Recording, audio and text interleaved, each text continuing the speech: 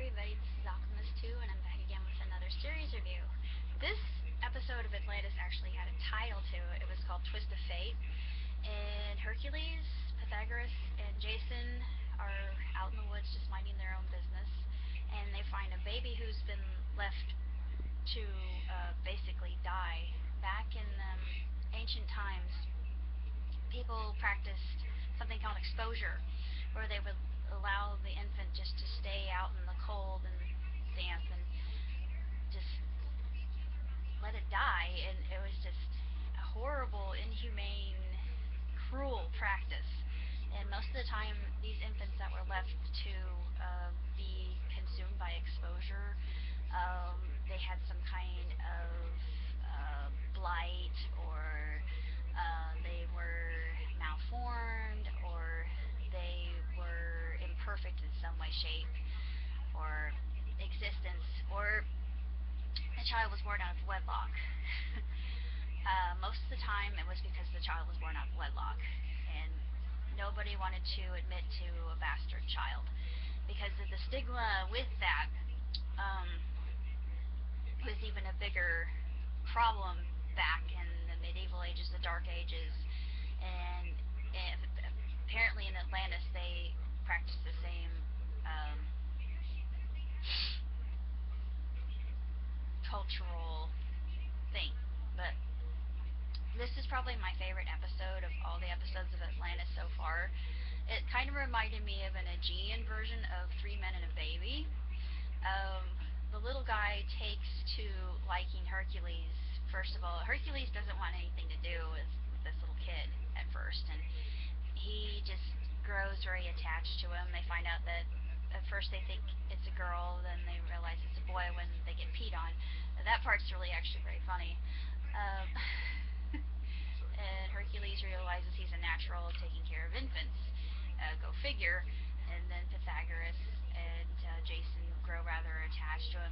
This little kid has a clubbed foot. That's one reason they thought that the infant was left to exposure, basically, which is very interesting. That was actually very common in the time. Like I said, malformation, genetic defects, inbreeding. Maybe inbreeding happened quite a bit back in the day too, before the Victorian era.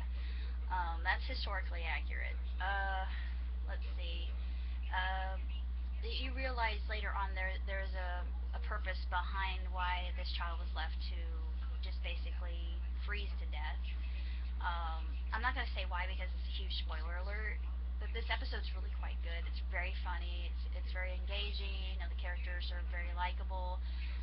This is my absolute favorite episode of all time, especially with Medusa coming into the role and providing her expertise with children, and just proving how witless and ill prepared the men are to take care of this little bundle. And then they realize to whom the bundle belongs. So it's very interesting. This episode is really quite good. It's excellent, and it's funny. It's just so comical, and I absolutely loved it. And it fit with all the historical accuracy of the actual practices done at the time. So everything seemed to make sense to me. Um, I can't say much else about this episode other than it was absolutely sensational. This episode was fabulous. I absolutely loved it, and I'm looking forward to more episodes in the future. I know what's going to happen with the kid. I'm not going to say what, because the name that they gave him at the end reveals quite a bit. So pay attention to that. If you know anything about your history, then you know what this child is going to become. So I'm not going to say anything, but let me just say it this way.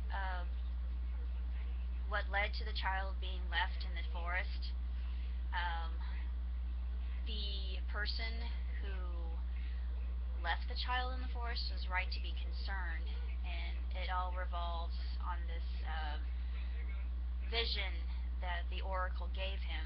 I'm going to put it that way. I'm not going to say much more other than that, because that in and of itself is just a slight spoiler.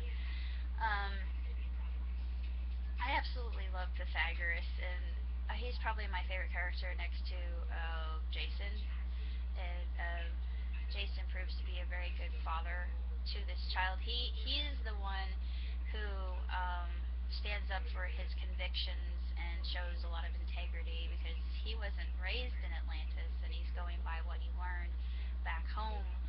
I wonder if he's ever going to figure out where his father is because I think that has a lot to do with the whole idea with the oracle and everything. I have a lot of theories going around this particular series, and so far I absolutely love it because I adore Greek mythology. But this episode is the best I've seen so far. It was just so much fun to watch and enjoy, and to see the characters' trials and tribulations with the young infant, and just the comedic arc was really, really, really good, and the acting was top notch. And BBC hit another one out of the park, I think. So I'm definitely looking forward to next episode, and hopefully in the near future I will be able to do a review of Medea's Christmas. I'm looking very much forward to that because I'm a huge Tyler Perry fan. If you know me, if you've seen my past reviews, I love Medea. Medea is the bee's knees. I just adore her. Of course, I'm looking forward to a bunch of other films this Christmas. They're all coming out during Christmas Day, including 47 Ronin, which, me being a lover of Japanese culture, I have to see it, but more than likely I'm probably going to have to wait. But oh well, maybe I can get someone to take me. Hint, hint, wink, wink. Any of you out there who'd be willing to go and see a film about Ronin with me? Please take me to see this film. I will put in a good word for you. I guarantee that. That's